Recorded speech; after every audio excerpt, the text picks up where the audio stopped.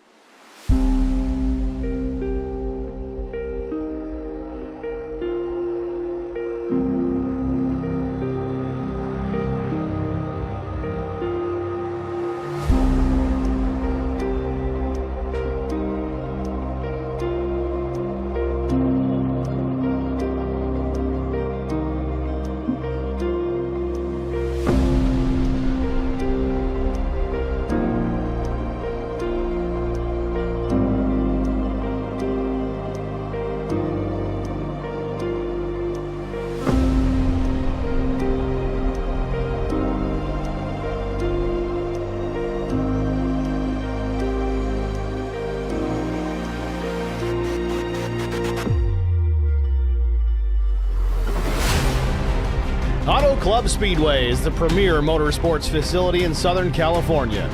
Built on the site of the former Kaiser Steel Mill near Fontana in 1997 at a cost of $100 million. The track has 84,000 permanent seats and is home to a NASCAR Cup Series and Xfinity Series race each spring. Constructed by Penske Corporation as a clone to Michigan Speedway, the track was originally known as California Speedway.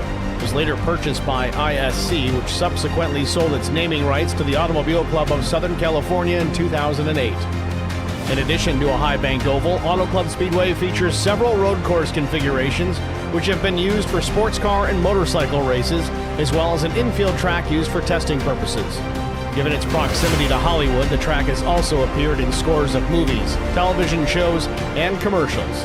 And tonight, it's the season finale of the Vigilante Racing League, and it's next on Track Limits Network.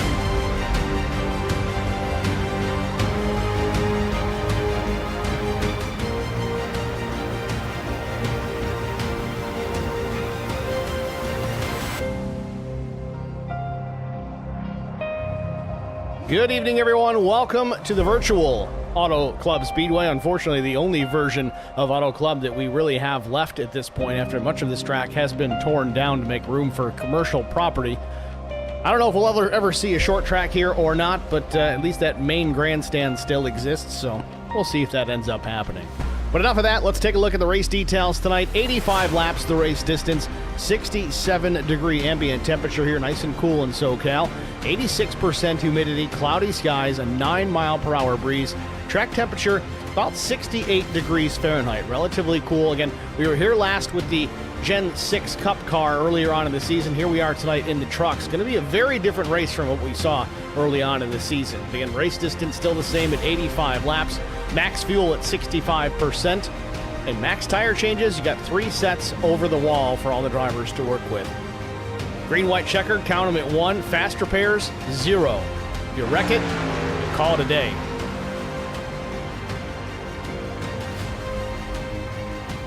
With that qualifying just about wrapped up, a couple of minutes left. One driver on the track right now, Andrew Cawthon.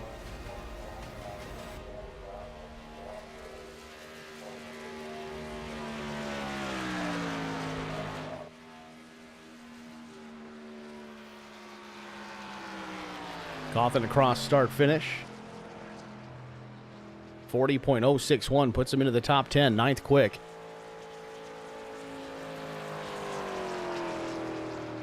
Mike Adamson just finishing up his lap, a 40.025.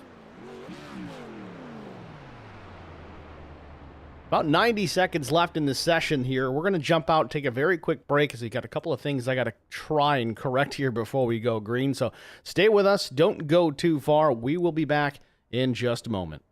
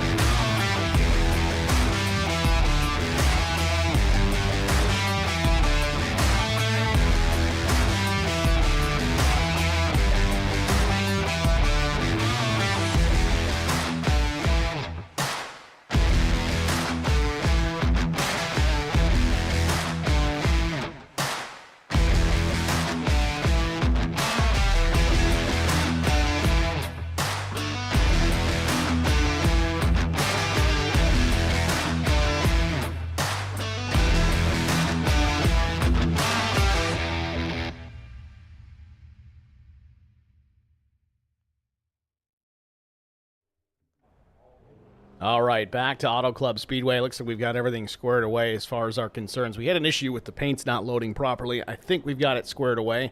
As they all load back up, things are starting to look as they should. Hopefully we'll get a better view of that momentarily. But as everyone populates the grid here, well, let's take a look at it. Our starting grid for tonight on the pole position with a lap time of 39.984 seconds. It's the number 23 of Sean McDonald. Outside front row, it's the 7 of Tim Pope. Missed it by only 8/1000ths of a second. Row number 2, it's the 21 of Derek Welch and Mike Adamson. Row 3 goes to Ricky Wittenberg and John McAdam. Row 4, Alan Vaught and Russ Kilgore. Row 5, Andrew Coffin and Dylan Bryant. Starting in the 11th position, it's the 13 of Andrew Player. Jeremiah Burke will start in the 12th position. 13 starters, Greg Dobson in the 085. Austin Paul starts 14th. Anthony Williams, 15th. Dustin Eaton, 16th. 17th starter is the 01 of Kelly Cool. Josh Bittner starts 18th. 19th starter, Scott Roney. 20th, Trevor Robertson. Deion Jones rolls from the 21st position. The 16 of Kyle Vaught, 22nd. John Gallagher in the 123. Starting 23rd. 24 starter is Mike Everidge. 25th, Chris Klein. Albert Anderson, 26th. Chandler Paul, the number 72, will start 27th. Joe Canellis, 28th. Kevin Hunt, 29th. Craig Goodenough, 30th. 31st, Jack Dixon. 32nd, Larry Dickerson. And last but not least, shotgun on the field, the number 29 of Dave Mayberry, starting 33rd. Your starting grid here from Auto Club Speedway. Field getting ready to pull away in just a moment.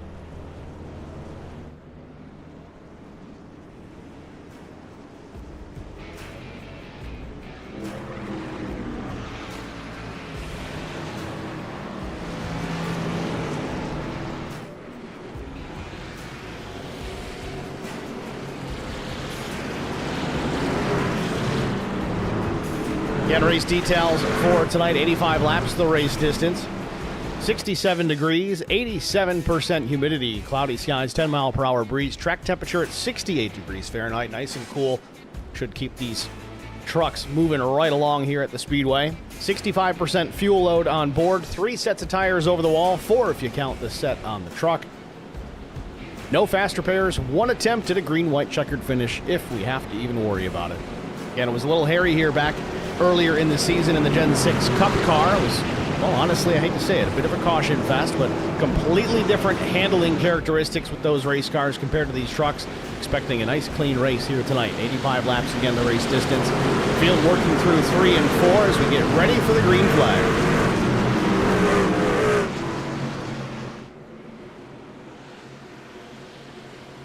Pace truck is in.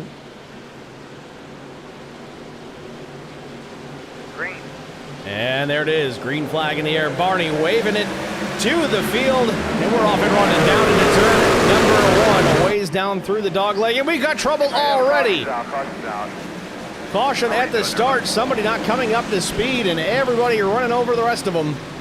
Still wrecking here at the end of pit lane. Andrew Cawthon, Chris Klein, Kevin Hunt, Larry Dickerson, Chandler Paul, Deion Jones, Mike Everidge amongst the group involved in this one. Not a good way to start this thing off. Maybe the place is cursed, I don't know.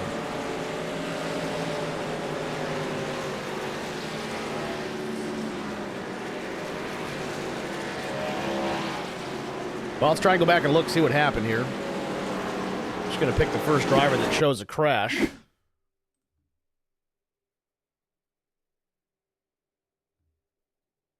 I don't know if the 10 checked up or missed a shift, but either way, he got hit from the back. I think that might have been Player that got into the 10. And then the rest, well, you see it.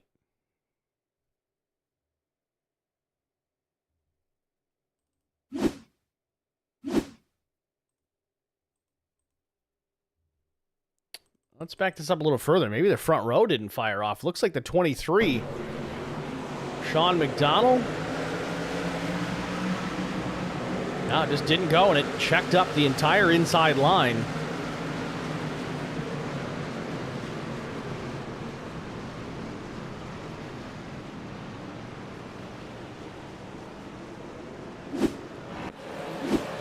Well, maybe we got it out of the way. Albert Anderson. Wow, right off the bat. Curse word.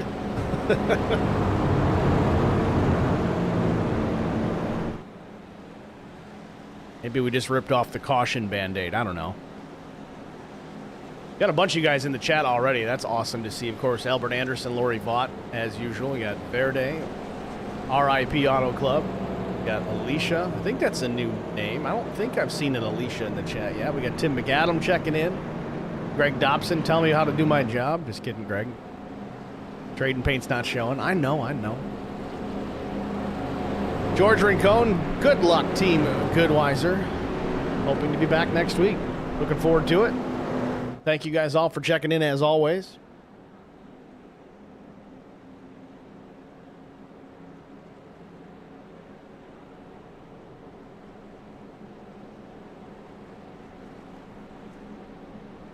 I want to go back to the restart, or not the restart, the initial start.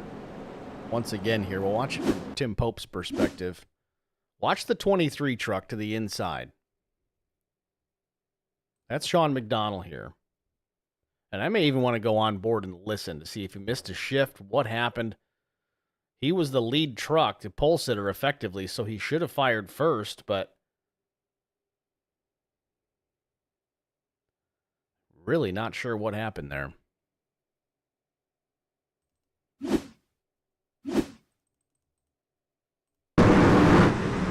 In car with Sean McDonald.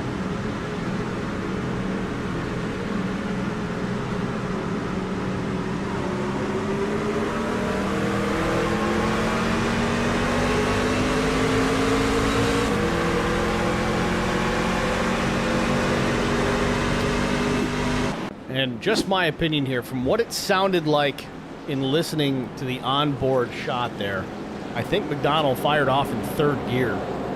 Unless first gear is the fire-off gear for the starts. I haven't turned any laps in the truck here in a long time, especially in race conditions, but it sounded like he left in third gear, which is going to be very slow going on the acceleration, which explains how that inside line got all checked up the way that it did.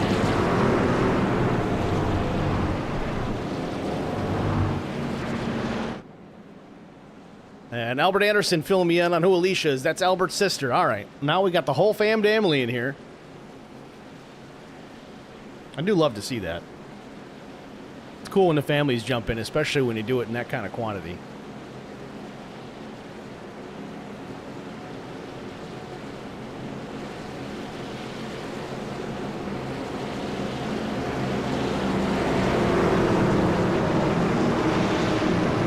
All right, so let's try this again here.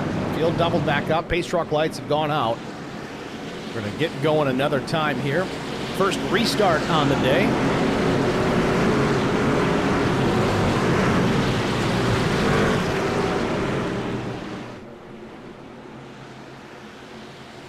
Tim Pope now the control vehicle as the pace truck hits pit lane. Waiting for the green, waiting for the green. Green flag. And there it is. Barney going to wave it again here. Hopefully doesn't have to grab that yellow one more time. Tim Pope with a good jump through the dog leg, looking down into turn number one. McAdam, Adamson, Kilgore, Welch, the top five as they roll down into turn number one.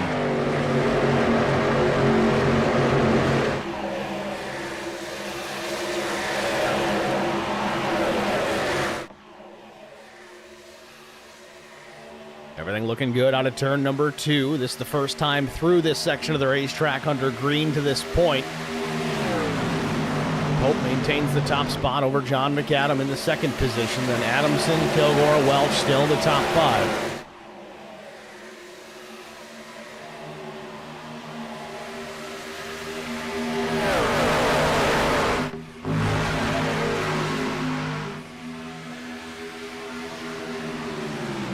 Things relatively calm now here at the front of the field. Everybody single file, pretty much front to back.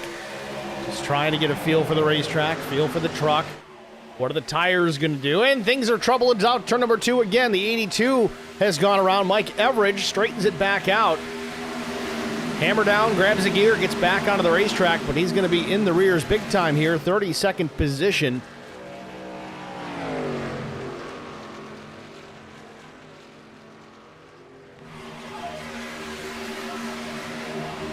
Stay under green now. Tim Pope still the race leader. A little bit of damage, it appears, here for Everidge as he's going to hit pit lane.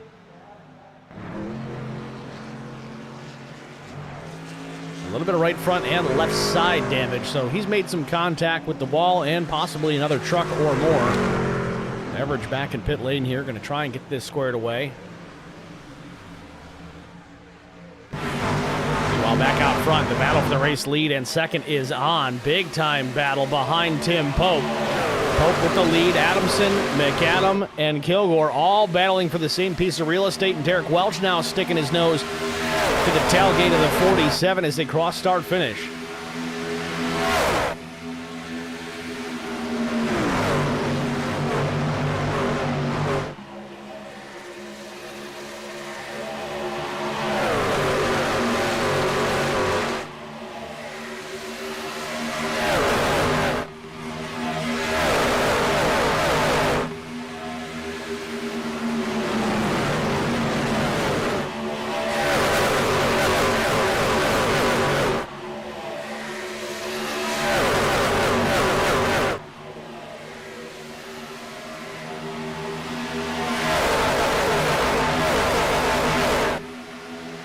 Pope still with the lead, but Adamson pressuring right there in the number 88, that gray and green truck. But now Kilgore goes to the inside. He wants the second spot, maybe more. And a big run. Does he have room? He's going to slide up. Has to check up to avoid contact with Adamson. A brazen move. Only 9 laps in here at Auto Club. Kilgore still on the gas, though, making a look to the inside in turn 3. Wants that top spot from Pope, but look to the bottom of the racetrack. Here comes the 47 of McAdam.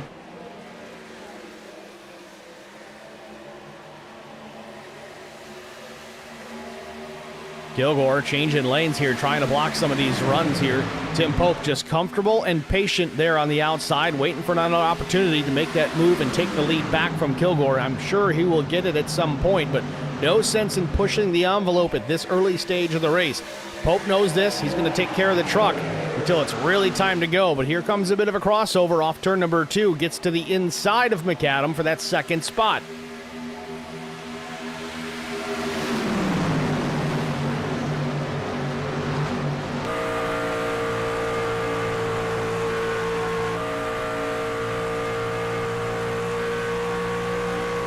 On board with Russ Kilgore, looking back at McAdam and Tim Pope. Mike Adamson and Derek Welch.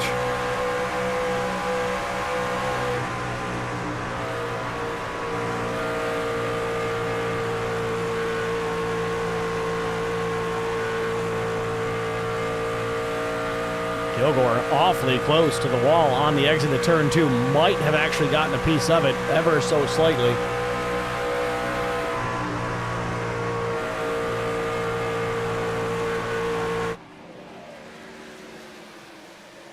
Alan Vaught now making his presence known into the top 5, running in that 6th position just behind Derek Welch. Vaught, in all likelihood, going to lock up the championship here tonight if all the maths correctly.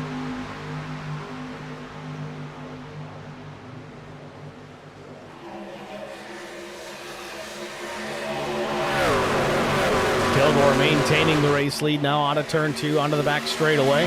John McAdam, Mike Adamson, DW, Derek Welch, and Alan Vaught now the top 5 as Tim Pope has slipped just a bit now into the 6th position. Again, don't be alarmed, folks. The driver, that number 7 Silverado, he'll still be in the hunt for this thing later on as long as it keeps all the fenders and quarter panels on that machine.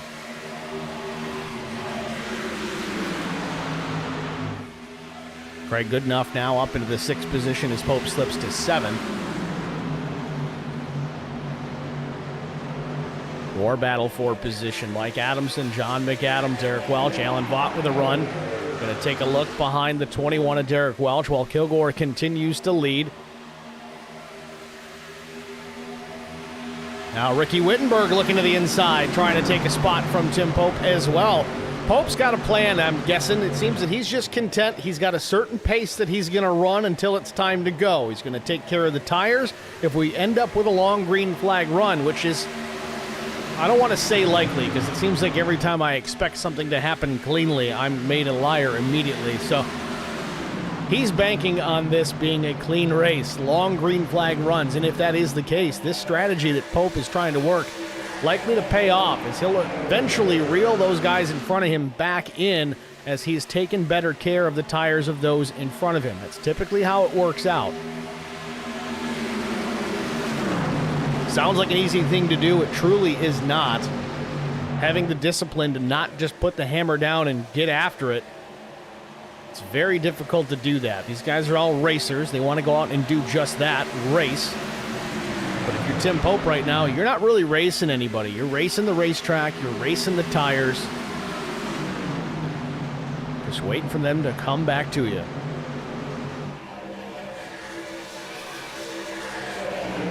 Battle for the lead again now. Adamson to the inside of Russ Kilgore. Still side by side down the back straightaway. Mike Everidge, the slow truck to the inside, might be a factor here. Maybe not. We'll see. Kilgore up the racetrack. He'll have a little bit more momentum out of turn number 4. Adamson slides up the track, but not enough room to get clear. Almost to the door. Kilgore just scrapes the right rear on the outside wall, but doesn't slow his momentum at all. He's going to get clear of Adamson. Now Adamson's got to contend with John McAdam for the second spot. Meanwhile, Alan Vaught alongside Derek Welch. This for the 4th position. Vaught moving forward and trying to make a look to the inside on Adamson as well.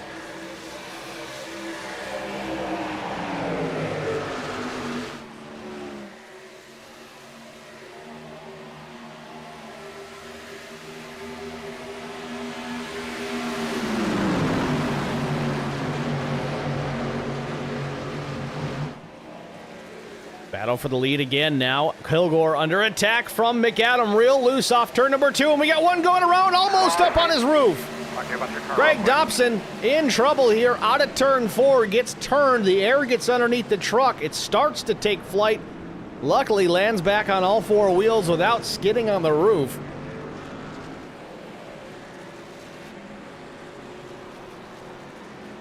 So caution number 2 on the night. Again, the fuel window tonight between 20 and 24 laps under green flag conditions. So I'm going to bet you're going to see everybody come down here and pit. But let's take a peek at this here. Let's watch Greg Dobson have his scary ride here just a moment ago. There were 3 wide. Everidge, the lap truck on the low side. And a little bit of net code there. Everidge technically getting into Dobson, but that contact initiated well before you could physically see that contact, so that's what we call net code. Just a miscalculation between network to network. Dobson almost going for a ride on his lid. Puts us under caution number 2.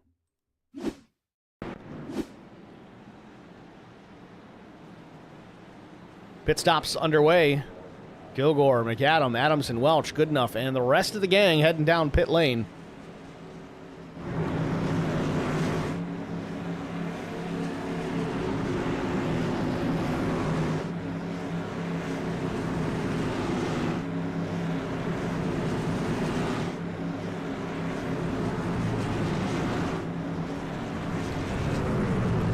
Kilgore into his pit box, stops a little short, but within the tolerance.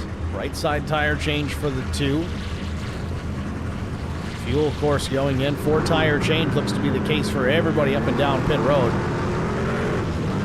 I don't want to say it's too early for 4 tires, but it is relatively early for 4 tires. The problem is if you stay out or just take fuel and the rest of the field puts the tires on, you are going to be struggling to maintain pace with these guys.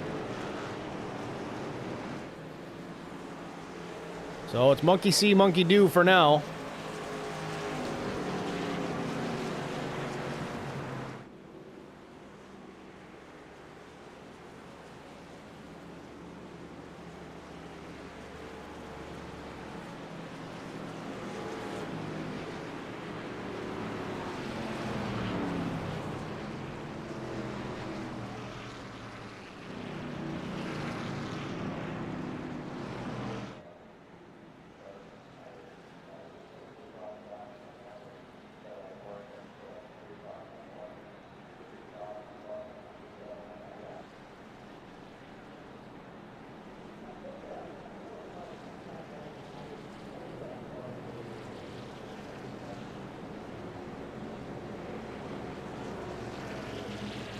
So pace truck lights have been extinguished.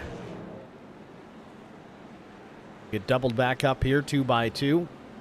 Green flag racing the next time by. There are some drivers out there with some varying strategies, though. We just talked about that a moment ago, about how most of the drivers went with 4 tires, and I kind of felt like it was kind of early, but The litmus test here is going to be there's a few drivers that went with fuel only. Top 3 of them specifically, Ricky Wittenberg, Jeremiah Burke, John Gallagher. It looks like Scott Roney did as well. Roney in 5th. Albert Anderson in 8th. And Jack Dixon, Dave Mayberry as well, back 15th and 16th. Josh Bittner looks like a 2-tire stop also.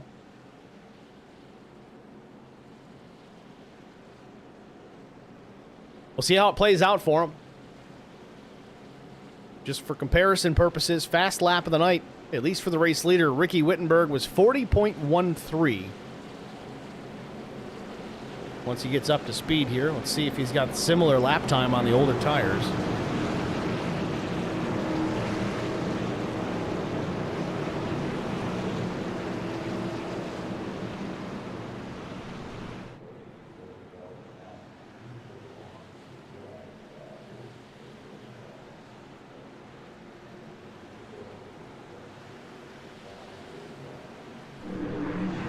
Base truck pulls down pit road. Second restart of the evening. Ricky Wittenberg is going to bring him through. Green flag in the air. Jeremiah Burke, Gallagher, Kilgore, Roney, the top 5.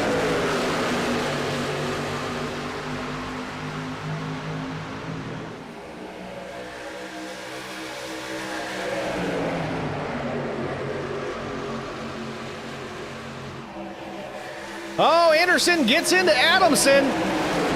And do they save it? No, they don't. And up the racetrack, we got a wreck off turn number 2. Big time crash. Tim Pope is involved. Can't hear Earl. Can you hear me? Did not hear him call that caution. Need you to check your radio connection. Check the one on your headset, on your headboard actually, on your left-hand side, on your headrest. 1, 2, 3, loud and clear. Looks like this one started off. And 4. I thought it was Mike Adamson, but let me go back and look here. We got the replay, and we got it queued up. Let's take a look. Oh, Anderson up the racetrack just a touch. Contact with the left rear of Adamson. Adamson's really trying to save it. Was doing an okay job. Might have been okay if the low lane was clear, but just nowhere for Tim Pope to go.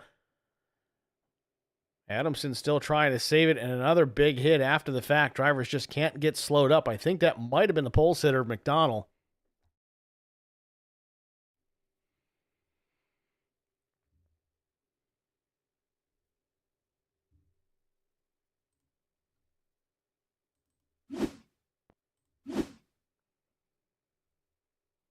So we'll watch the 23 here. That's Sean McDonald, our pole sitter here tonight. Wreck starting to happen in front of them. Guys trying to get checked up, but again, McDonald just really nowhere to go. Head-on collision with Tim Pope. That's going to be tough. Again, no fast repair for these guys tonight, so everybody that's been beaten and battered thus far in this race, they've got to fix it the old-fashioned way or put up with it the rest of the race.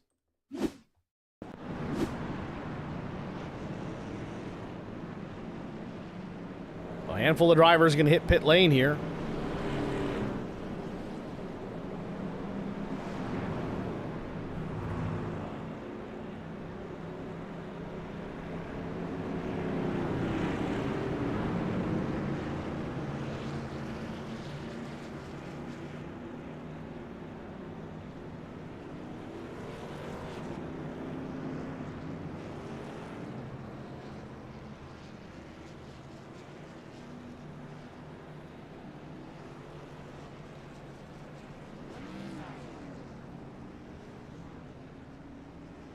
So some damage repairs being affected here in pit lane from those involved in that incident and maybe even that first crash that we had at the initial start.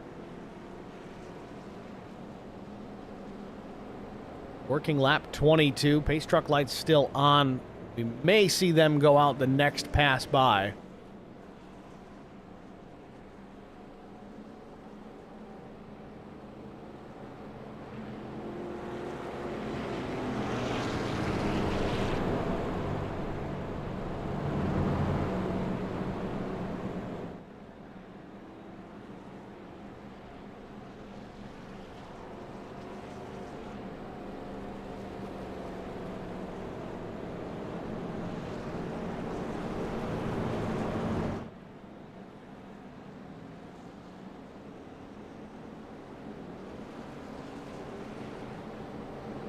Field back to the main stretch here. Cross start finish. 23 laps go up on the board. Pace car lights go out.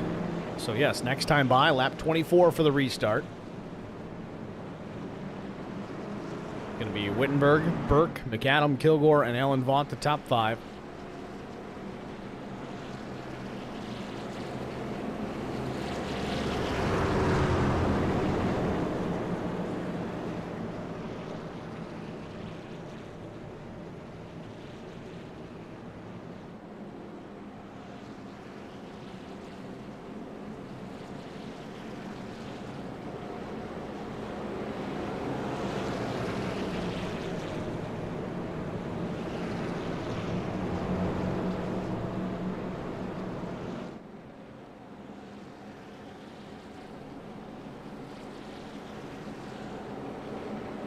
This stage of the game, still 30 trucks on the lead lap.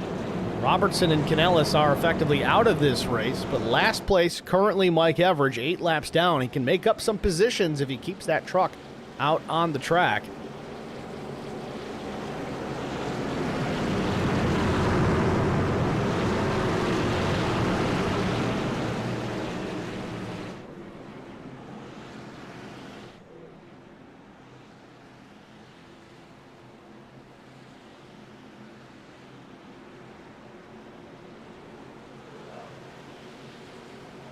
Third restart of the night. Pace truck hits pit lane. Ricky Wittenberg, the control truck, as they're into the restart zone. Green flag in the air. Ricky doesn't fire.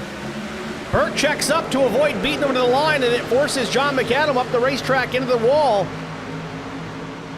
Looks like everybody gets through it relatively clean, but McAdam dropping back to the end of the field.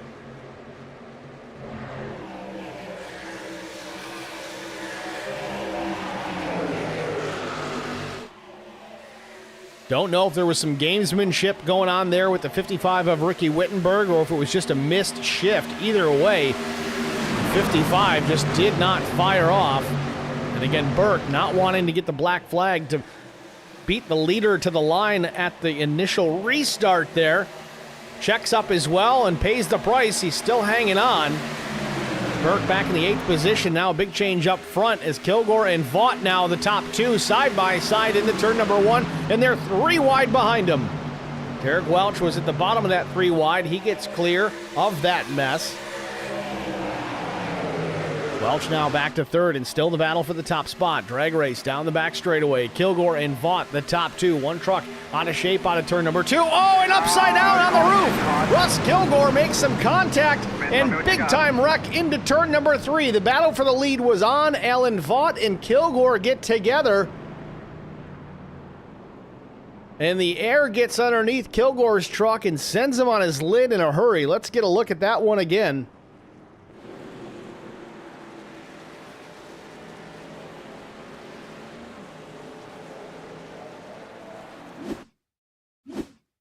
This is down the backstretch. Vaught comes up the racetrack, just gets into the left rear of Kilgore.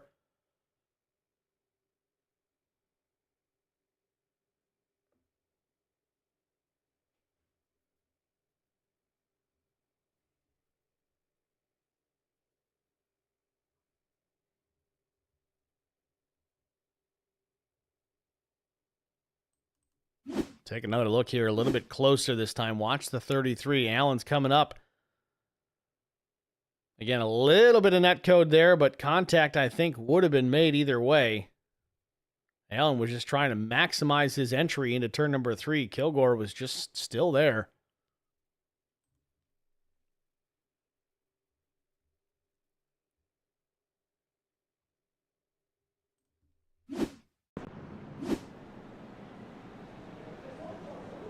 So, surprisingly, Kilgore's truck looks pretty good, all things considered. Yeah, it's beaten and battered. It's got some front-end damage. The rear spoiler is bent in directions it shouldn't be. Wheels on the truck, though, look to be straight. Hard to tell if they're perfect, but still, no fast repair. He's going to have some work to do.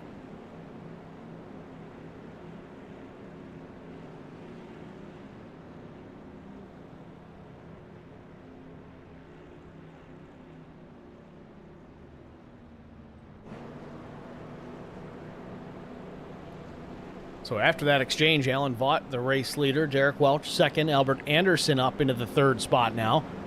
Craig Goodenough fourth, Kelly Kuhl up to fifth. Then it's Ricky Wittenberg sixth, Kyle Vaught seventh, eighth Jeremiah Burke, Jack Dixon ninth, 10th Anthony Williams.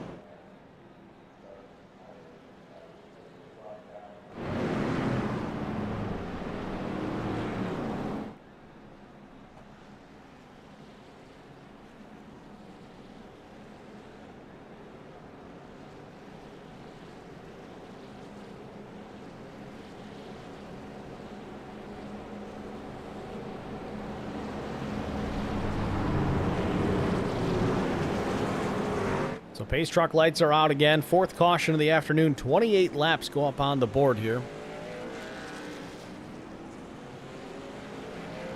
Just about third distance here at Auto Club Speedway. Alan Vaught, Derek Welch should be the front row. We get back racing.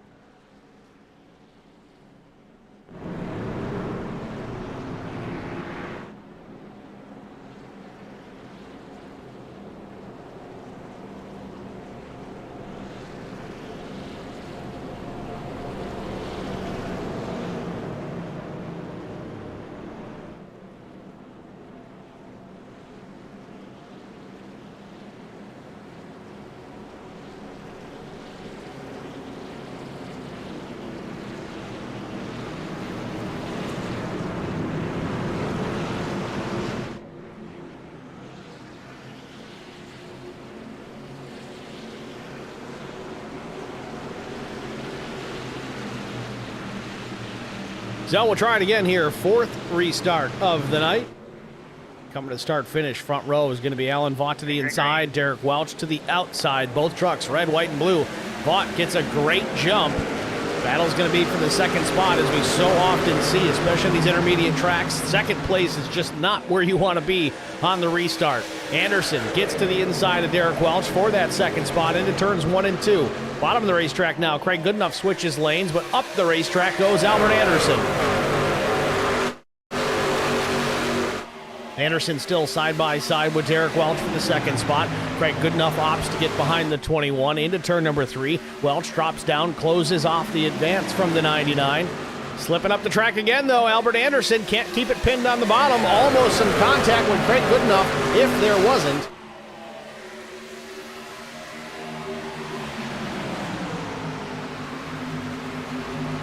So top two, Alan Vaught and Derek Welch. Welch right there, applying pressure to the back of the 33.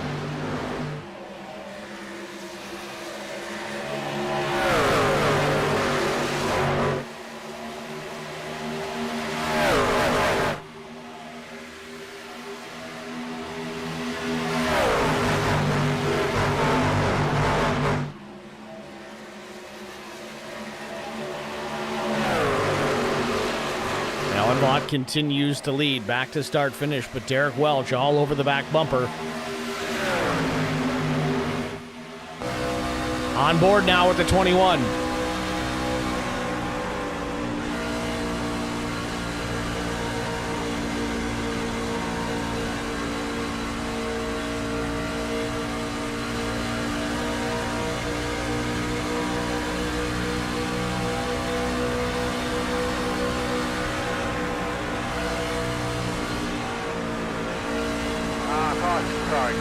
And caution back out. Not sure what we have got going on now. Two cars up high. Not even sure who they were. There we go. Anthony Williams and John Gallagher, it appears. Puts us under caution for the 5th time tonight. Let's take a look. Oh, contact. Anthony Williams gets right hooked, and he goes on his lid too. Big time crash for the 5.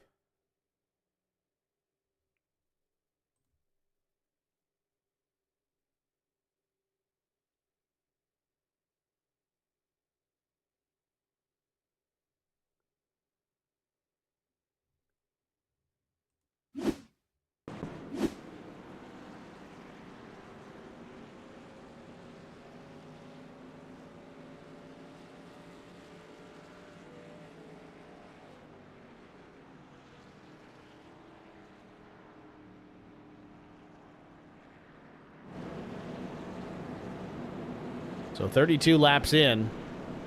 Caution yet again. Derek Welch thought about making a trip to pit lane. I think Goodenough would have gone with him if he'd gone. Makes the decision to come back up onto the racetrack. Goodenough sticks out with him.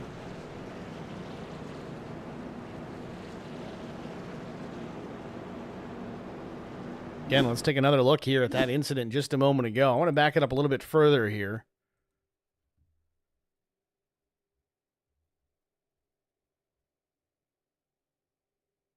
See, Kevin Hunt in the 434 just gets into the right rear of Anthony Williams. Contacts made with Gallagher, and then the air just getting underneath that 5 truck again, almost getting up underneath Gallagher. I don't think he would have stayed on the ground if there wasn't a truck on his lid.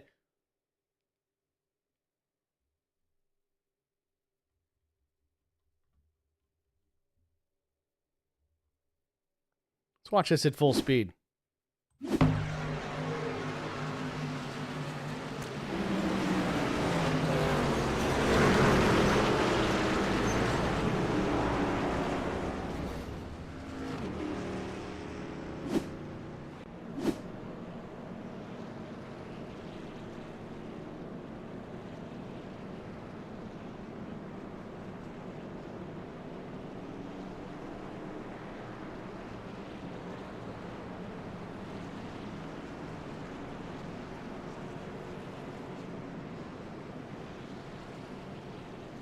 Update from Daytona. If you don't want to know, cover your ears. But qualifying in the books. Front row.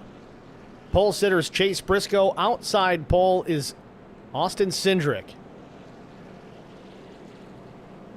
Briscoe, the last driver to roll in qualifying. That final round. Puts it on the top spot.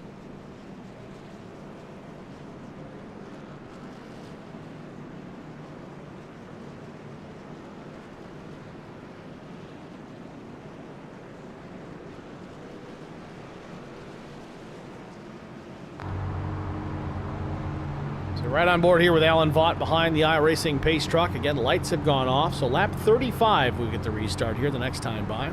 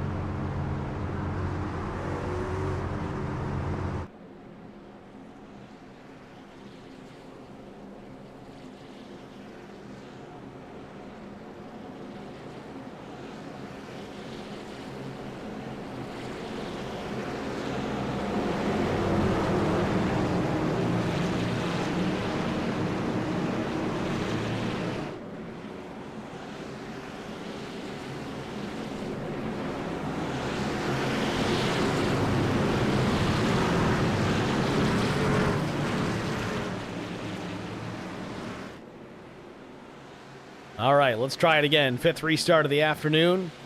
Alan Vaught, Derek Welch in the front row yet again. Then it's Kelly Kuhl and Craig Goodenough green flag. In that second row. Green flag back in the air. Alan Vaught with the jump. And a couple of trucks spin down to the infield here. Laird Dickerson may have been one of them. More drivers spinning here into turn number 1. Any comments there, bud? So problems continuing here at Auto Club Speedway with drivers spinning into the infield grass at the restart and then into turn number 1 after that.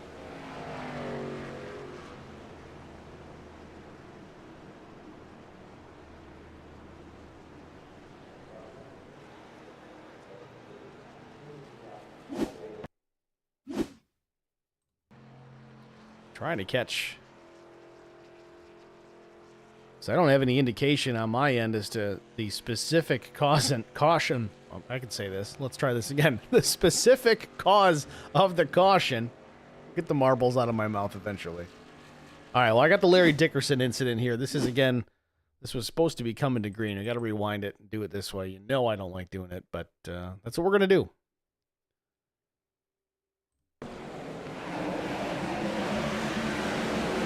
So there was a big checkup on the outside lane. We've seen a lot of issues here on the restart.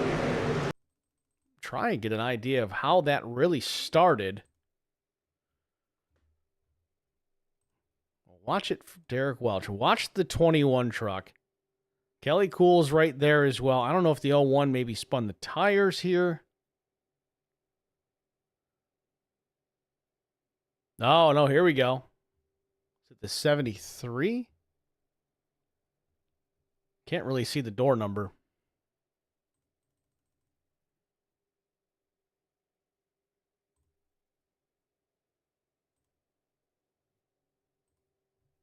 '72.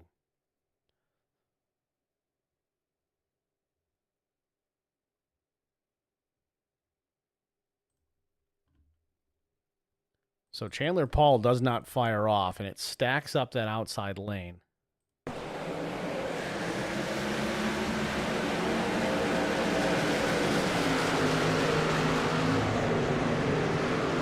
That's the first part of this. And then Austin Paul gets clipped by, I think that's Kevin Hunt.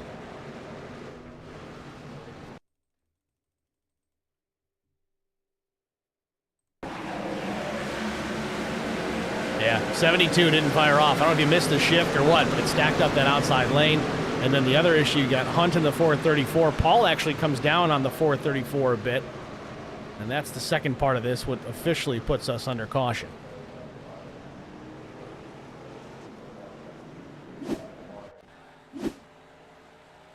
It's not the first time we've seen that here tonight. There's been a couple incidences where a guy has either missed a shift or maybe fired off in the wrong gear or whatever the case may be, but it's stacked up one lane or another, and it's just a domino effect after that. That's kind of what we're looking at here.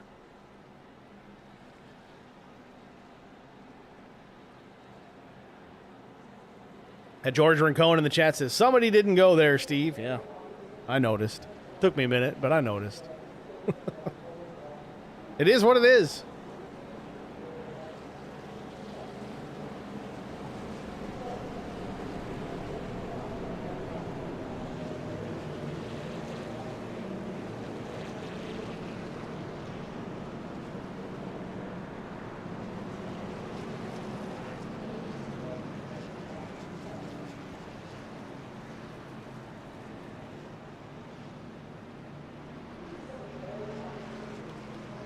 About 5 laps shy of halfway, working caution number 6 here at Auto Club Speedway.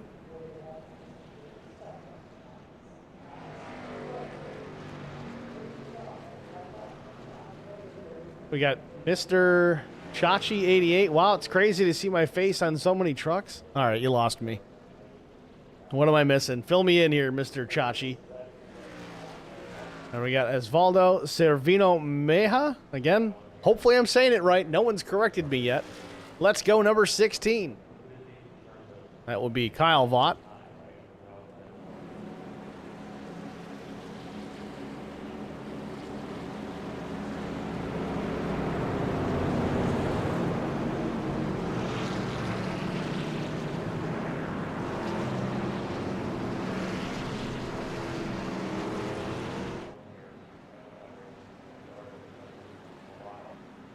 So it looks like Chris Klein is going to be our race leader on the restart here. And we've gone single file on these restarts, so hopefully that helps clean things up a little bit. Green flag back in the air. And another driver doesn't go. Didn't catch exactly who it is. Maybe Dave Mayberry. It seems he was late on throttle or missed a gear. Nonetheless, everybody gets through it clean this time, but that could have been another scary one. That was the thought that came into my head as soon as we went single file restart was, man, what if somebody misses a shift up front? We're going to wreck the whole field now. And the caution's back out again. The 53 of Jeremiah Burke is around.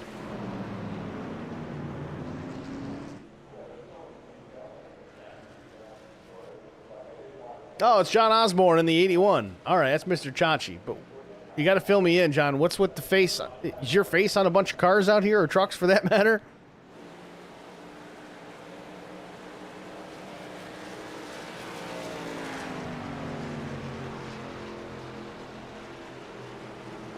So it appears that our caution here tonight was involving the 434 again here. Let's see what happened with Kevin Hunt just a moment ago.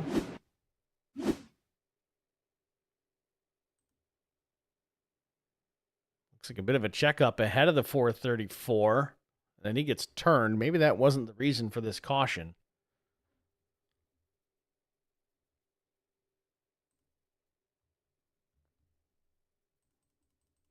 Little extracurricular activity after the wreck. What happened here with the 4? Or is he just trying to save it? Yeah, he's just trying to save it.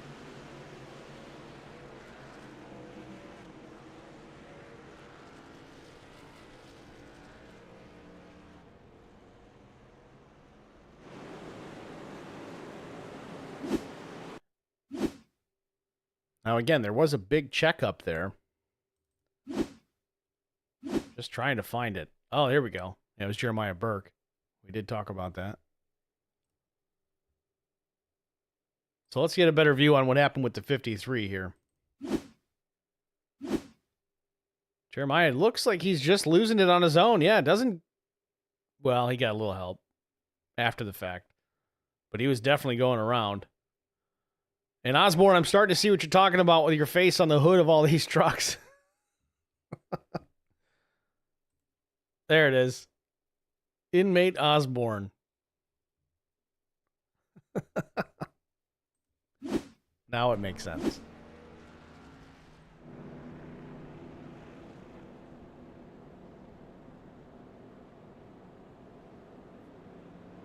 So 41 laps in here. We're just a couple shy of halfway. Caution number 7.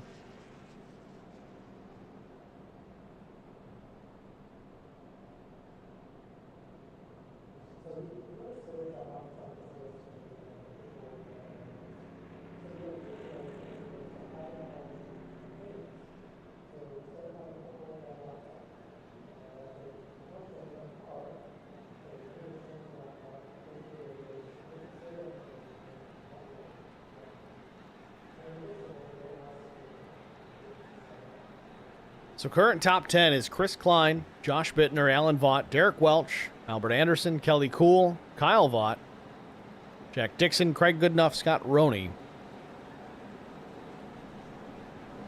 Some other trucks opting for pit lane here again. I think we're coming to the one to go, though.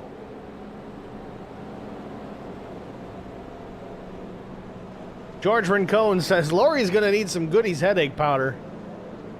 I think she already needs it.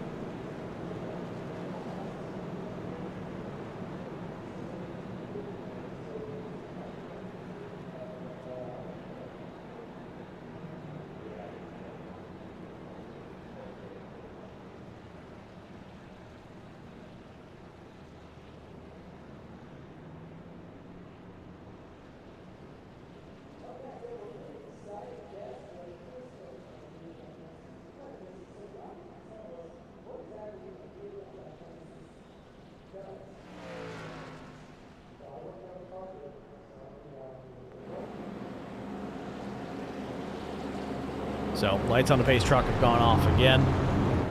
So, we are on the one to go. It appears we're going to go single file restart another time. Which, again, I understand why we're doing that. We're trying to clean this up a bit and get some separation. But I just fear that if one of these top 5 trucks spins the tires, misses a gear, doesn't fire off, it's just going to compound the problem. Maybe there's more room to get out of it if there's an issue, but we'll see how it goes. We'll officially be halfway once the field crosses start-finish.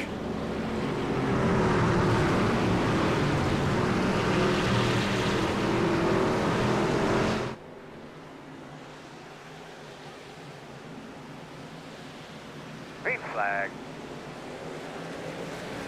Green back in the air, and Austin Paul spins the tires. There has got to be something going on with this new tire model because this is just not the norm. I don't know if it's the cooler temperatures here tonight or what the case may be, but guys are having problems coming up to speed on these restarts. And, well, it just goes back to what we always talk about, cautions breeding cautions. And there we go, monster hit. Ricky Wittenberg nose first into the outside wall off turn number 2. Kevin Hunt involved again, John McAdam, Chandler Paul, and others.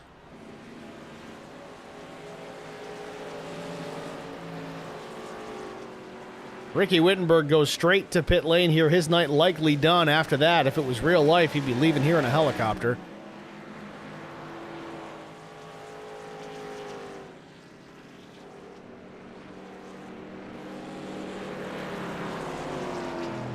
All right, well, let's unpack this one too. Watch the 55, bottom of your screen. Ricky Wittenberg. Oh, man. That hurts to watch, and I know it's not even real.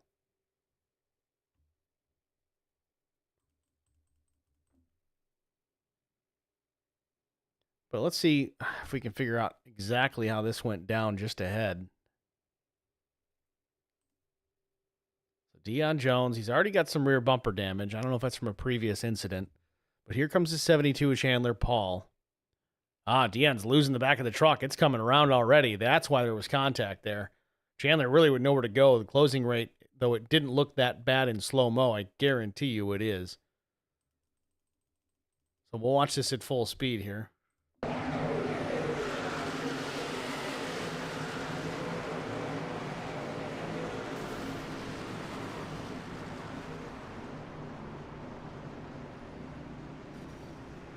Watch it from the onboard.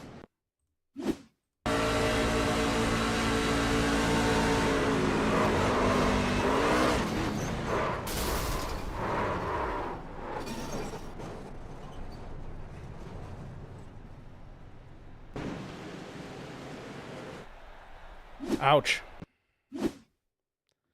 One more time, because why not? Now, one thing I want to make mention of here, and again, it's kind of a moot point here because we're in a sim. I'll pause it right there. And if you look where the trucks impact the outside wall, there's a wall, and then there's a little bit of spacing behind it, and then another wall. So what that is, we've talked about it a bunch, but if you're new to racing, NASCAR-wise at least, that's called a safer barrier. And the reason it's called that, now I'm going to freaking blank on the actual acronym for it, but they call it a safer barrier because it is safer than just hitting a straight-up concrete wall. You can see it better here in this angle, too. It's basically steel. It's a steel barrier there, but it's backed up by these giant pieces of styrofoam, and then behind the styrofoam is the traditional concrete wall that they used to have, and that was just it back in the day. But you hit the concrete wall, there's no give, there's no energy absorption. The truck and the driver take the full brunt of the impact. Well, now with the safer barrier, they hit that, and that steel wall that's in front of those foam blocks, that absorbs energy. It deflects, and the foam blocks behind that barrier, they crush, also absorbing energy. So that's taking a lot of that G load off of the driver itself, and then realistically, over the years, has absolutely saved some lives. It's the reason why we really haven't had a death in the sport in 20 years.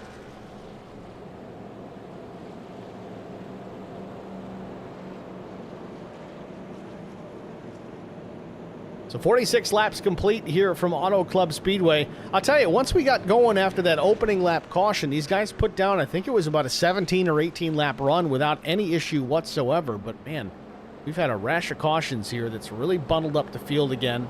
Cautions breed cautions. Everybody's tight together. The single file thing, I like the idea, but it's just not paying off. And I think a lot of that is because these cautions just keep coming so quickly. Tire pressures are low. Tire temperatures are low. The truck's certainly not handling how they're expected to once they get heated up.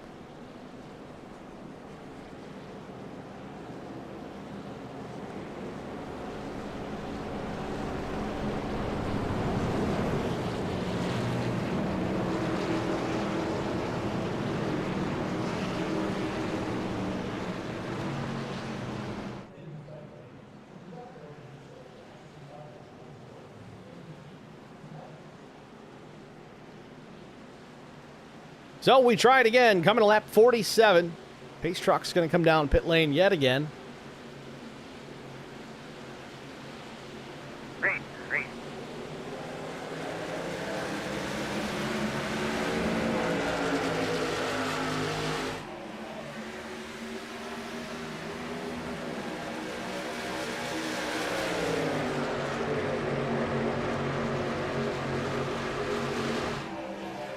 Chris Klein, Alan Vaught, 1 and 2. The battle for the third spot, Josh Bittner and Derek Welch. These guys are familiar with each other. They race together on a regular basis.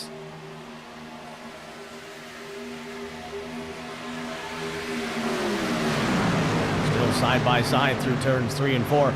And our research department has gotten back to me on this. The SAFER barrier stands for Steel and Foam Energy Reduction.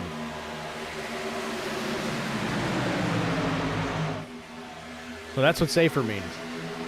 How clever. I'm not 100% sure on this either, but I'm pretty sure that was designed and engineered at Purdue University. Could be wrong.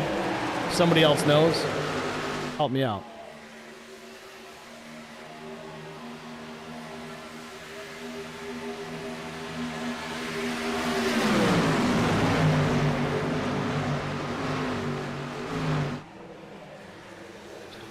I stand corrected.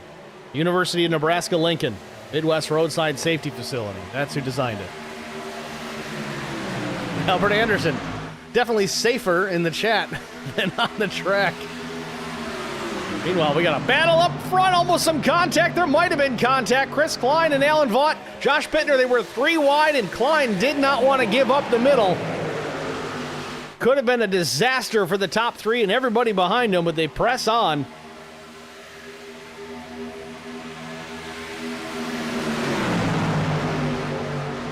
Bittner and Alan Vaught side by side for the race lead.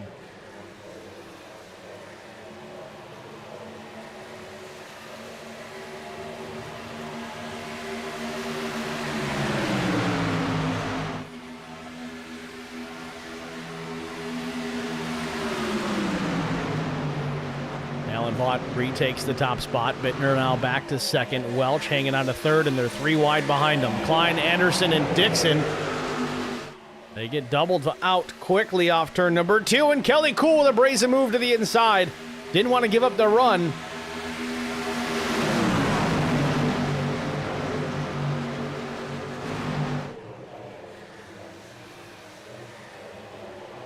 Man, close quarters battle here out of turn number 4, 3 wide. Chris Klein, the meat in the sandwich again. Albert Anderson topside. Craig Goodenough on the bottom.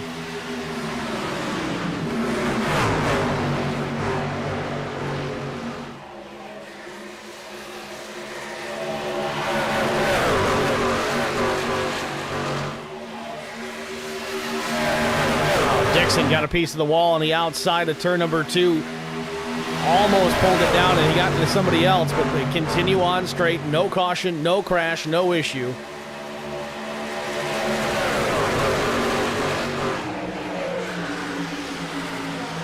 Albert Anderson now challenging now for the 3rd position alongside Derek Welch. The black number 99, the Jack Daniels machine.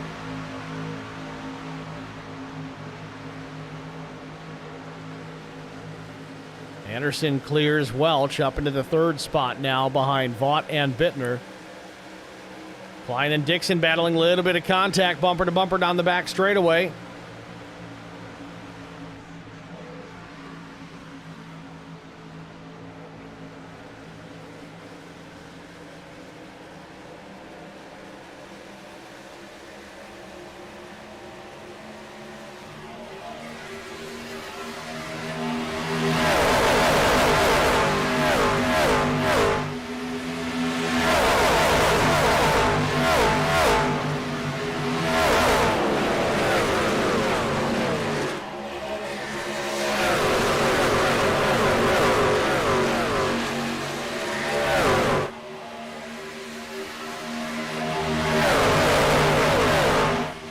Battle for the lead again. Vaught to the inside. Bittner trying it up top. And in the middle, Albert Anderson trying to poke his nose up the center. Nothing doing there. Vaught maintains the top spot, but Bittner all over the back bumper. Now Anderson alongside Bittner for the second spot. The 99 of Albert Anderson started back in 26th position here at lap 54. He's up to third, and it's really impressive because there really hasn't been a whole lot of time to race. Keep an eye on the number 99.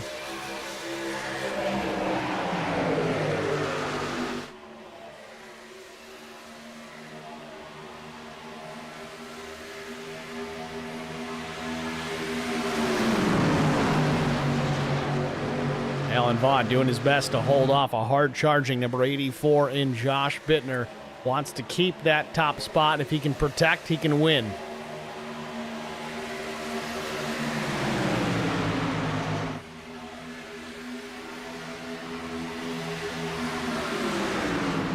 Top three under a blanket down into turn number 1. Vaught goes to the bottom. Anderson keeps the middle, and Bittner way up the racetrack trying to have a run down the back straightaway. Anderson's going to tuck in behind, pull the draft off the 84.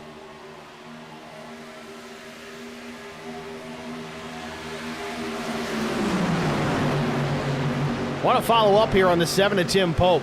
Remember that wreck he was in earlier? We thought his day was done. Truck looks pretty good.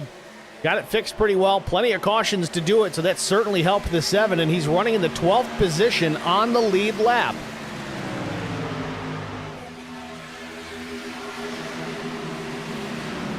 Kyle Vaught running in the 9th spot. He's got Andrew Cawthon knocking on the back door.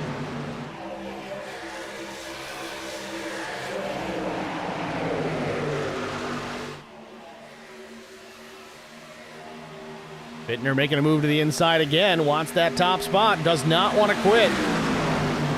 It's going to be back and forth all race. Drives it way deep. Slide job up the racetrack. Crossover from Alan Vaught. Gets back to the inside off turn 4. Gotta wonder if that's the move Bittner might make here in the latter stages of this race to try and win this thing. He's going to need to be a little better than that because Vaught beat him back to the line that time.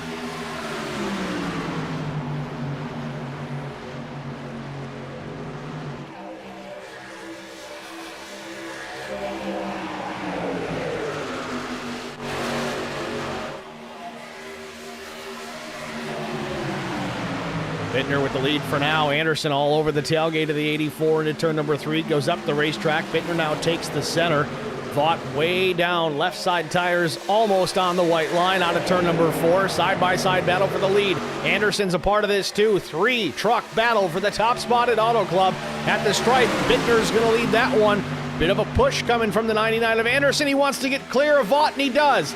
Move Anderson to the second spot. Allen drives it down into turn 1 again, trying to retake the position.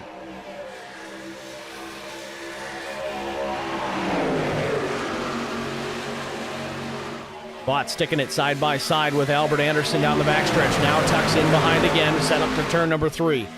Bittner up the track. Anderson goes to the bottom of the racetrack, takes the race lead with ease. A slide job for Anderson. Will we see the crossover from Bittner? Bittner crosses over, gets to the inside. This is how you do it, boys and girls. Now we got a race. Lap 59 up on the board. Bittner, Anderson, Vaught duking it out like it's the last lap.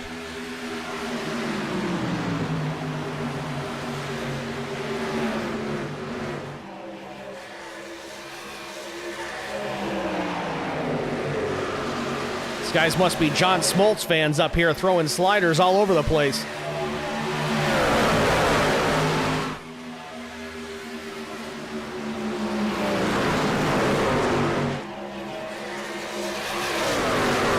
Bittner hanging out of that race lead for the time being. The battle's still on for second. Alan Vaught, Albert Anderson. Vaught tucks in behind the 99.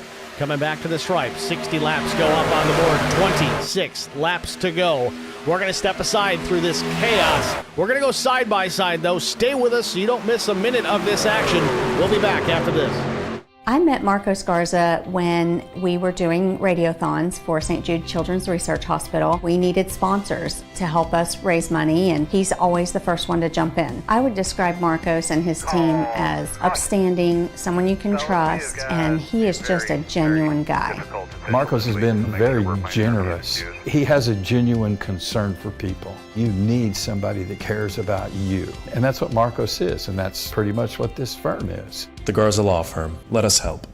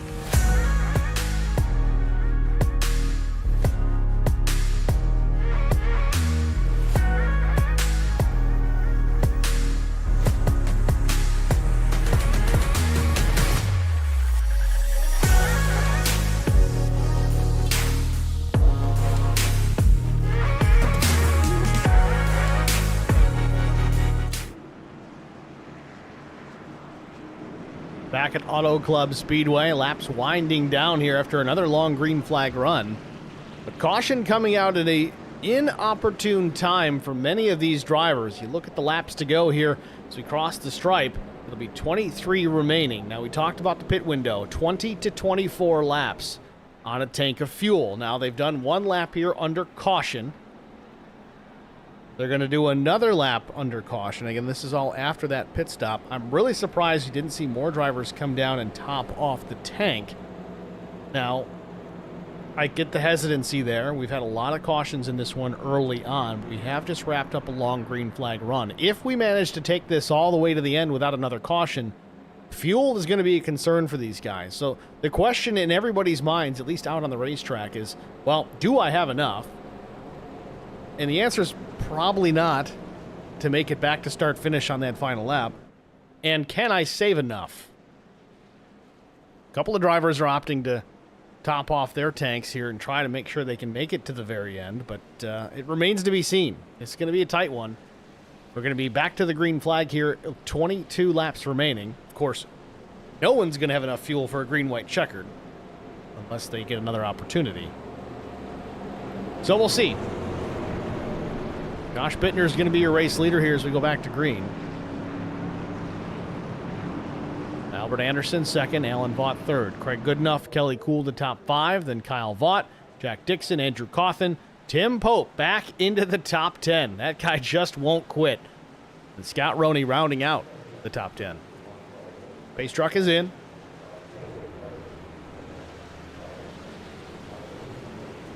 Green flag. Flag back in the air.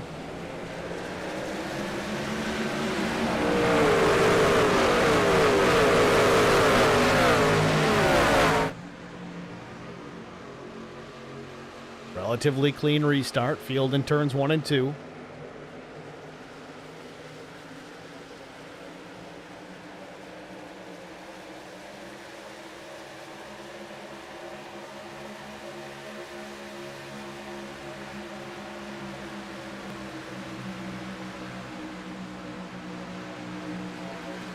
Bittner still leads. Anderson drove it in pretty deep there, but slips up the racetrack. Can't stay to the bottom. Opens up about a truck length advantage for Josh Bittner. And Alan Vaught all over the back of the 99 as well.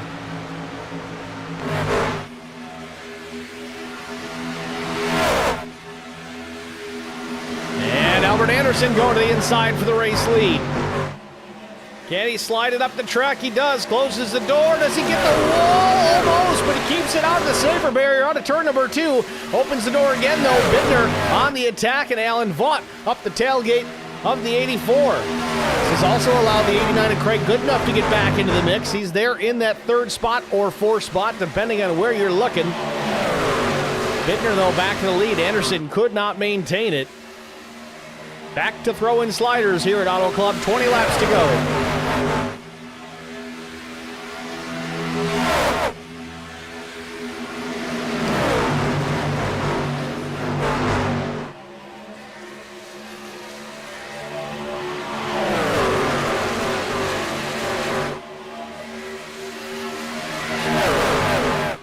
Bittner doing a great job keeping that truck in the wind out in front, but can he maintain it the rest of the way? There's a lot of laps left here, just under 20, about 19 laps to go. So work through 3 and 4, and Alan Vaught back to the point, slides it up the track, closes the door on Bittner, jumps down to the bottom and do the same to Craig Goodenough. At the line, Vaught leads it over Craig Goodenough, Josh Bittner, Anderson, and Kelly Kuhl. Alan Vaught jumps up to the top of the racetrack again to slow the advance, but opens the door now. Craig Goodenough gets to the inside.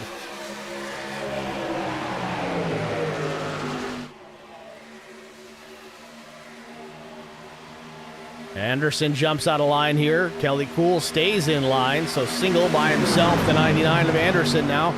Vaught jumps down the low side of the racetrack. Anderson with a bit of a run there. Got to the inside of Craig Goodenough for a moment. Almost contact out of turn number 4, but Anderson's going to tuck back in behind. 18 to go. Alan Vaught back to the point. He was so difficult to root out of that top spot earlier on tonight.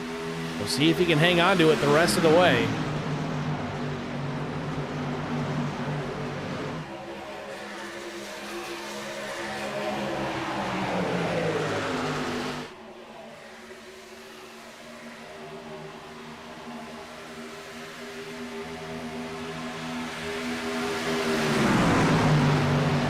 Vaught, again, back to the bottom of the racetrack. Utilizing the shortest distance around. That's another way you can save some fuel.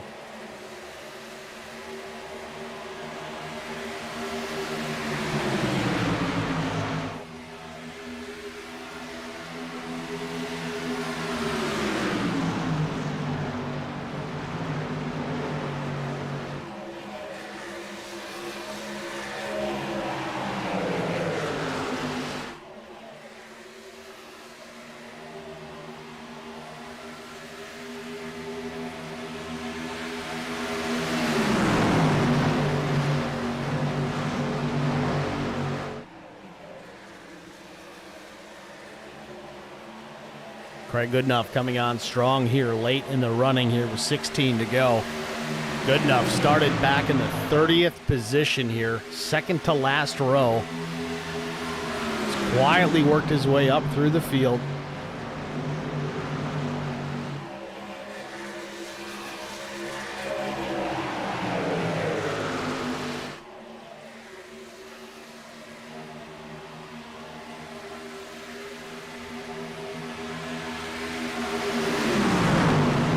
Anderson working the high side again in front of Josh Bittner. Bittner sticks with him.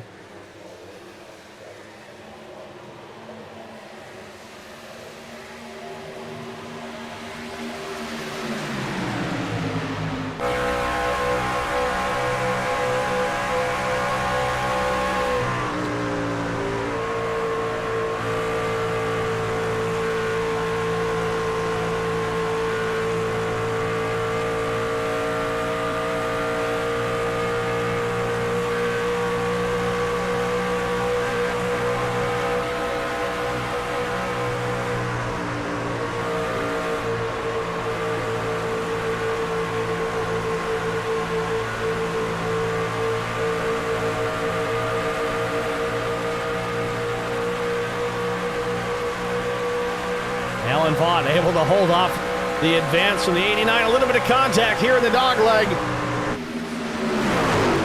Banging doors into turn number one, and Goodenough takes the spot. Alan Vaught trying to cross back over.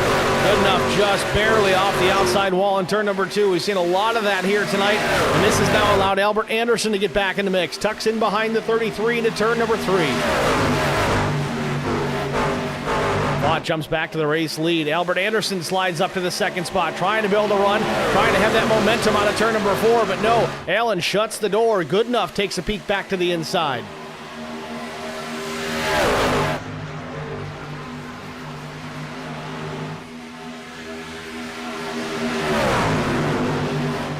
I just worry here about the 33. He's been trying to block top and bottom, bottom to top, back and forth.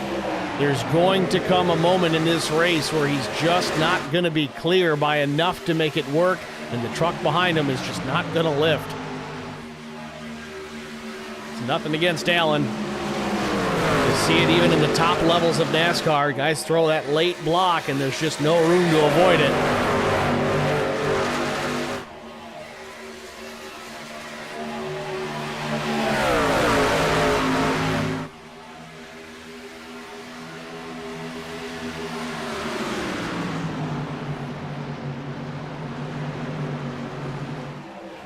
Twelve laps to go. Alan Vaught still in command of this race. Battle on for second. Craig Goodenough and Albert Anderson still side by side. Josh Bittner, who was so strong out front later in this race, now relegated back to third for the time being. Kelly Coolback there, and Jack Dixon might have got the wall on entry to turn three. Pulls it down off the safer barrier and keeps his foot in it.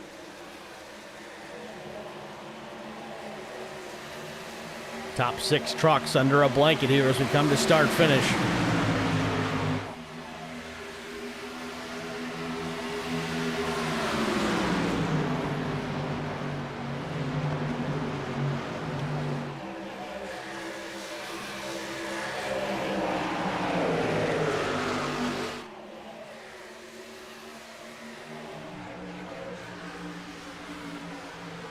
Craig Goodenough's got some pace still in that truck.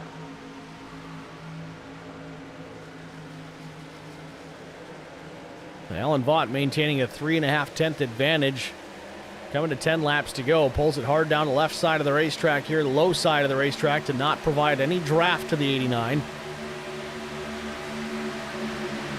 Albert Anderson in the chat says, now this is racing. Now we finally figured it out.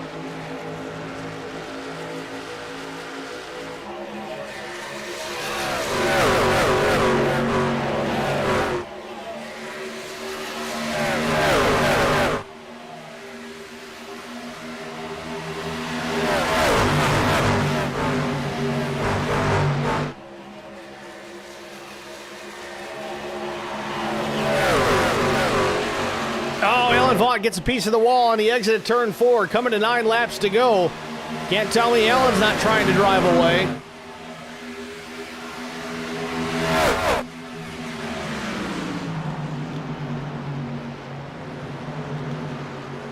So Alan Vaught still with the lead. Happy to see Goodenough and Bittner battling for position, because if the more these guys fight it out, the easier it's going to be for Allen to drive away. Trying to break the draft again. Little bit of a snake down the back straightaway. Not what you'd normally see at places like Pocono or Indianapolis where they go all the way down to the inside, but every little bit does help. Allen back up the racetrack again out of 4. This time a little further off the outside wall. No contact to be concerned with.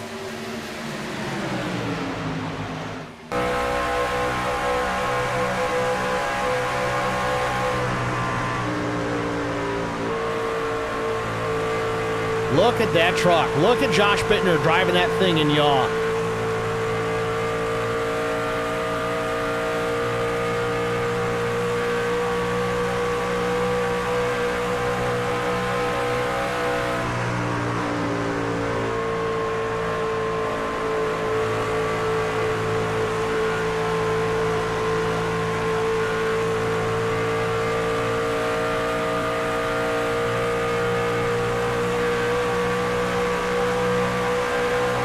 Don't know if Bittner's trying to cool the tires a little bit here to make one final run, but he's running out of time. Less than 7 laps to go.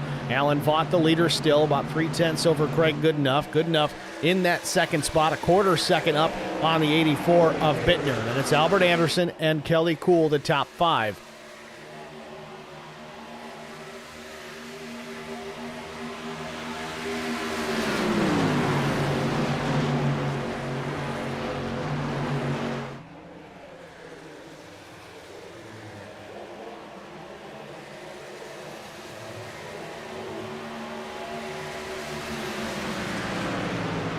Allen Vaught out to his largest lead of the night here, and it comes with just under 6 laps to go. Allen needing to run qualifying laps, perfect qualifying laps from here on in.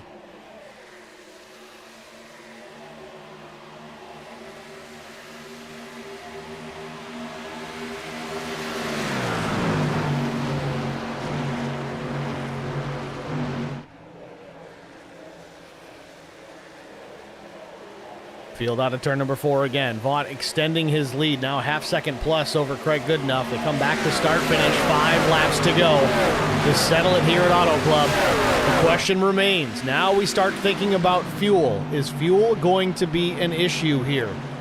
And Allen Vaught out in front, he's got the hammer down. Can he make it all the way to the end here? That's going to be a determining factor to who wins this race. But everybody out here on the lead lap, with the exception of one driver, made their pit stop at the same time.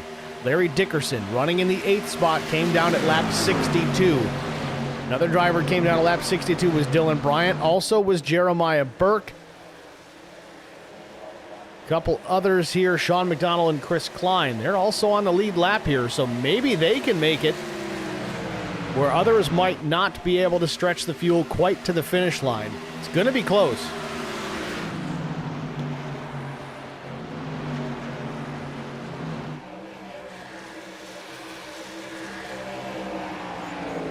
As it stands, it's 24 laps on this tank of fuel if they stretch it that far. We kind of had it was a 20 to 24 lap window, so this puts them right at the edge of that distance. Again, the driver that's going to be out in front of the field all night, that would be Allen Vaught. Certainly led the most laps outside the pace truck. he's using the most fuel out of everybody. And here we go again, battle for second. Craig Goodenough and Josh Bittner. Bittner may have been doing just what we said, cooling those tires enough, try to build another run and make another crack at the 89. Now with less than 3 laps to go, Vaught still with the lead. Goodenough second, Bittner third, Albert Anderson runs fourth, Kelly Kuhl fifth.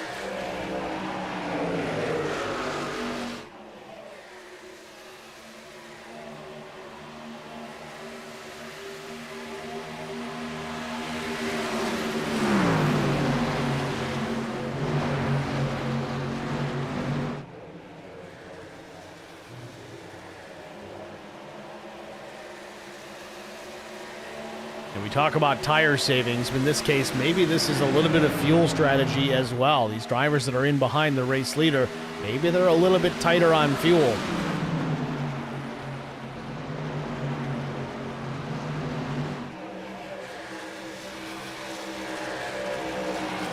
Albert Anderson closing the gap between himself and Josh Bittner.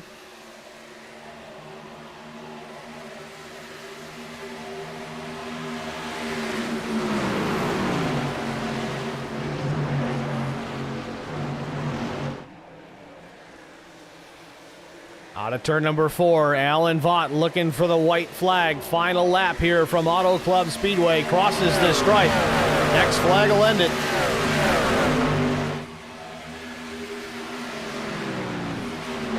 Alan Vaught from the 7th starting position. Wasn't quite as fast as we expected him to be in qualifying.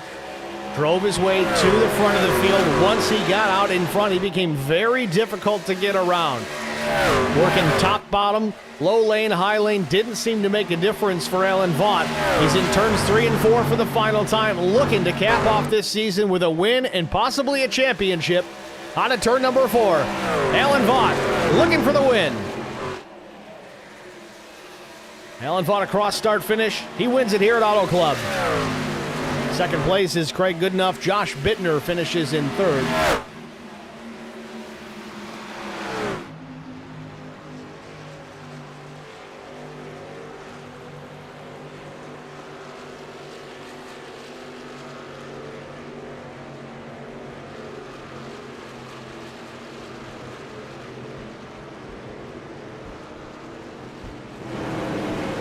Fireworks going off here at Auto Club Speedway.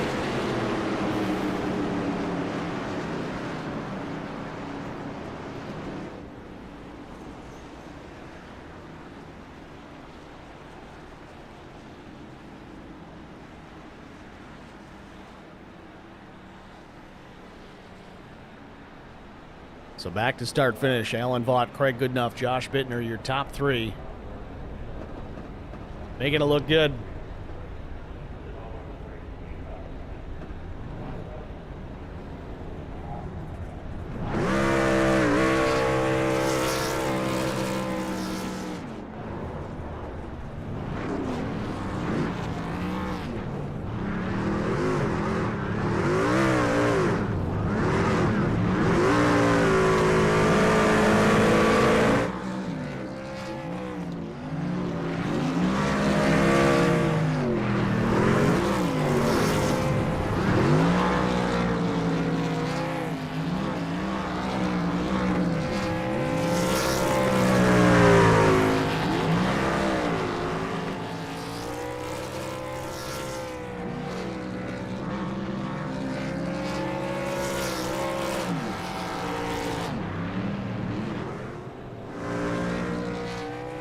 While drivers continue to celebrate here on the front stretch, we're going to take a short break. Step aside. We'll be back with our top 3 finishers, including our champion, after this. Stay with us.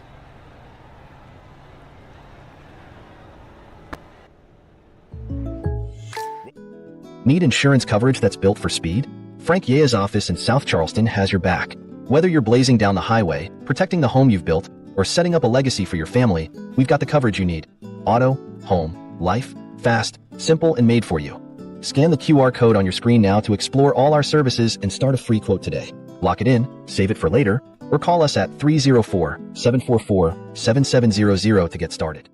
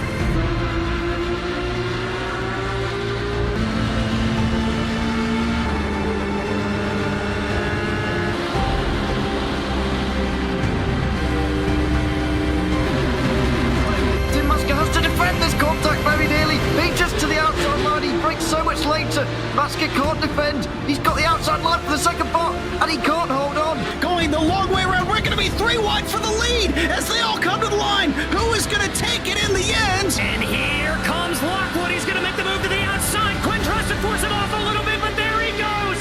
It's going to be side by side through turn 1. Will he be able to cover him off? He does.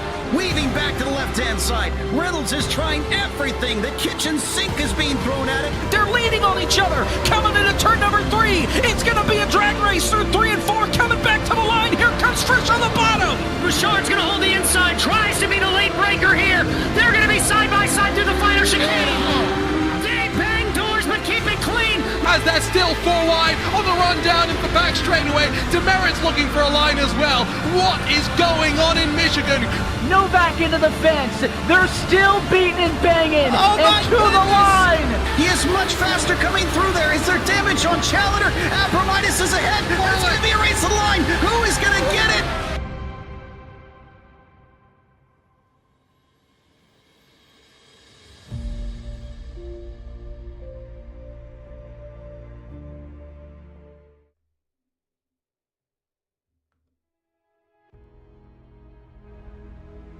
Back at Auto Club Speedway, the season finale of the Vigilante Racing League. Man, I'm having troubles tonight.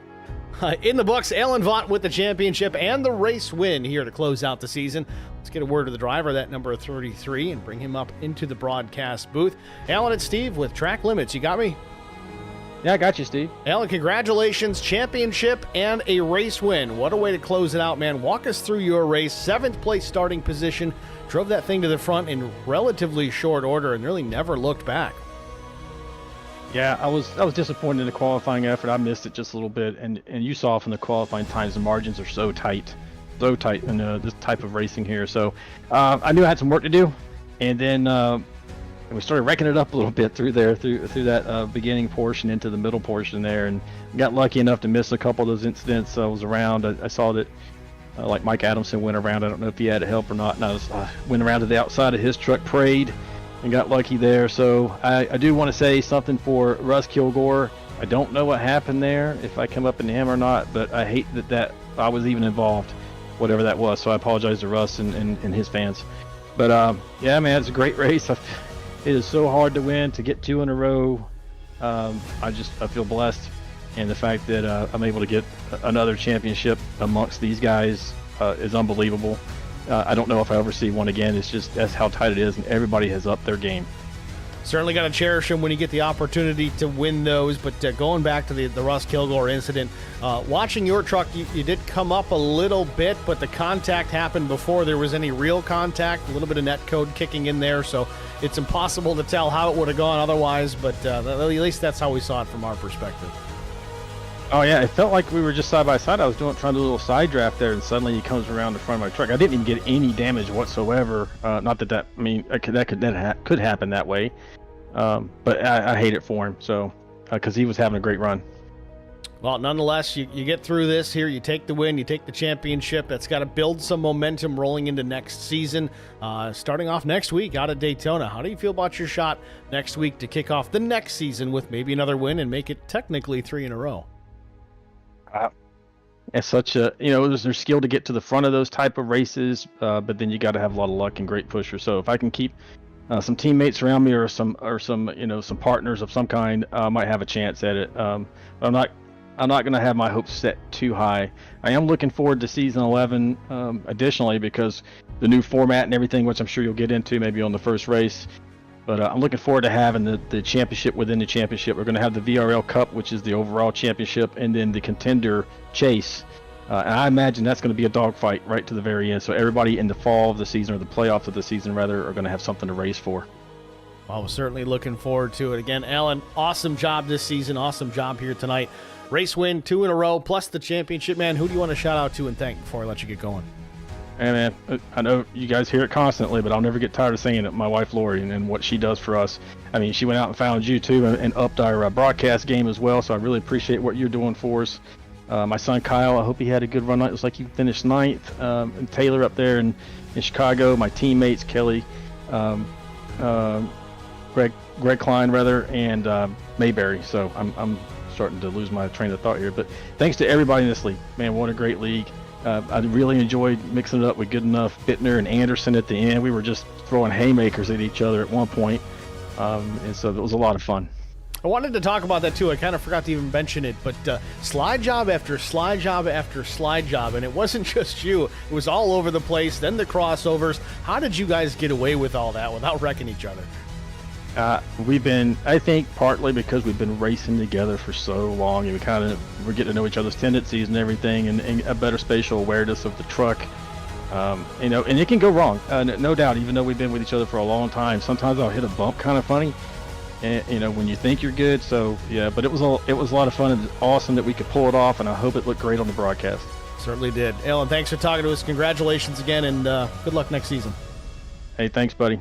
Take care. Alan Vaught, your race winner and champion here at season number 10. Next, we're going to talk to driver number 89, Craig Goodenough, who, man, what a run that Craig had here tonight. Started back in the 30th position, drove his way to the front, and again, there wasn't a whole lot of green flag to work with early on in this race, so the fact that he was able to get up there at all was impressive in itself.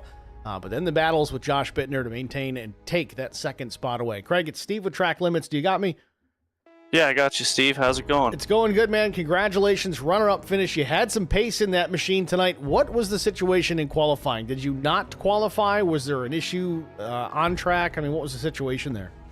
So I kind of had some faith in Mayberry at Watkins Glen and figured he had, awareness around his vehicle. So I went to shove it on the inside of, I believe it was turn 6, and he decided to chop my nose, and I spun him out. So I gained myself a penalty to start from the rear tonight.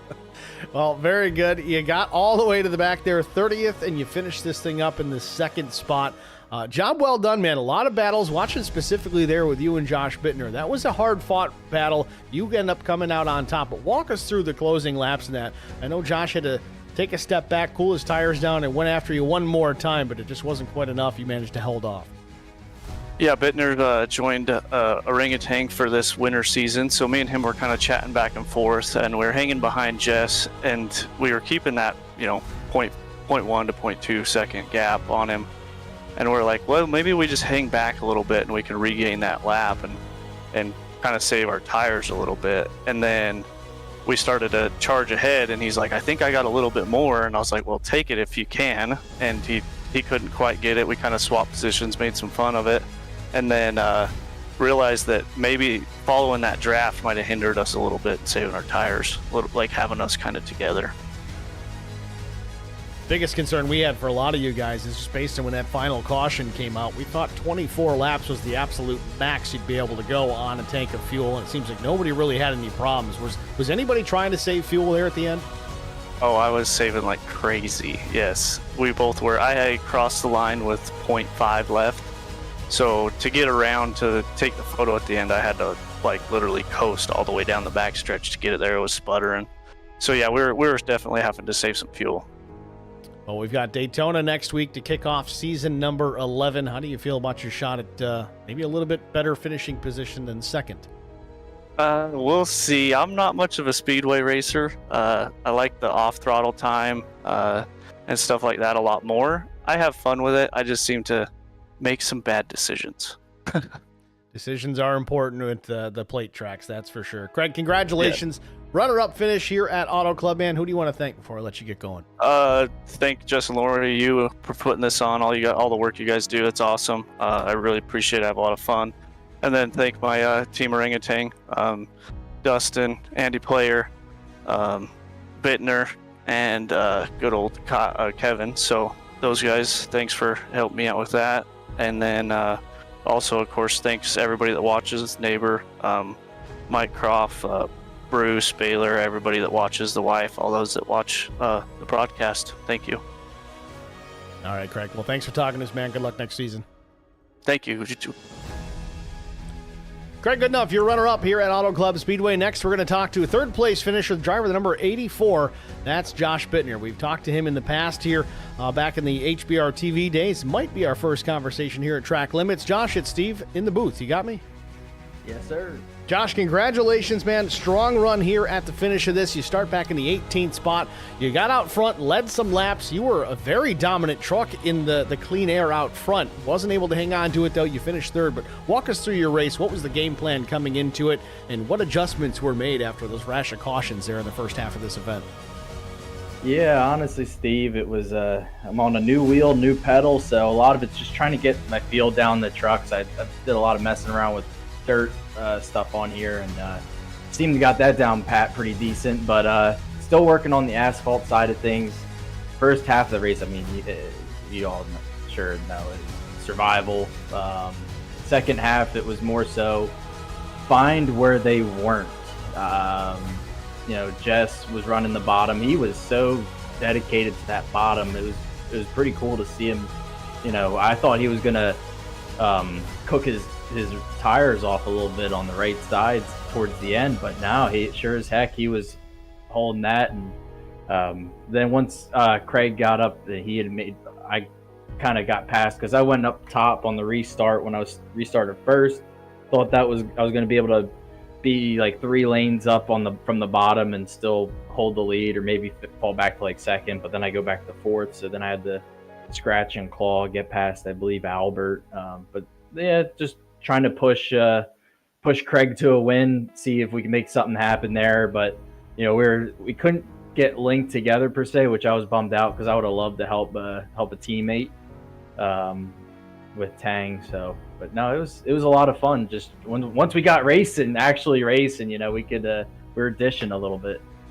Well, that's certainly the truth, man. Once you guys got to racing and you had some long strings of green flag laps, super impressive. I was just talking to the race winner, Alan Vaught, about that. Is slide job after slide job from so many of you guys, then the crossover, then another slide job in the next corner. You guys really did put on a good show, and you really made up for that first half. Yeah,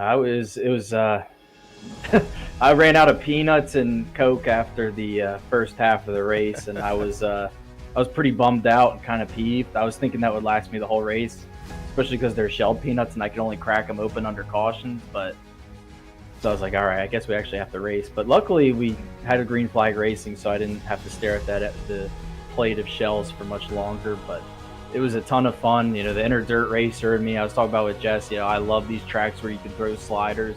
This is really one of the few, I would say, on iRacing where you could do it to the magnitude of this track. Maybe Michigan, but not as much, where you can throw a slider and still have, if the slidee, I guess you could say, the recipient, they have plenty of time to react, so they can still cross it down low. It's not like if you throw a slider at Bristol, you're going to be parking on a guy's nose and you have to hope that your buddy's with them, otherwise you're getting sent.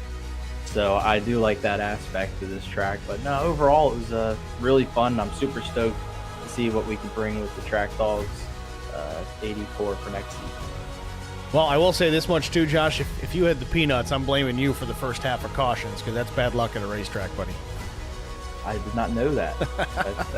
I guess I got to find a new concession snack. Maybe next week we'll get popcorn. Yeah, peanuts and $50 bills and green cars. Never good things.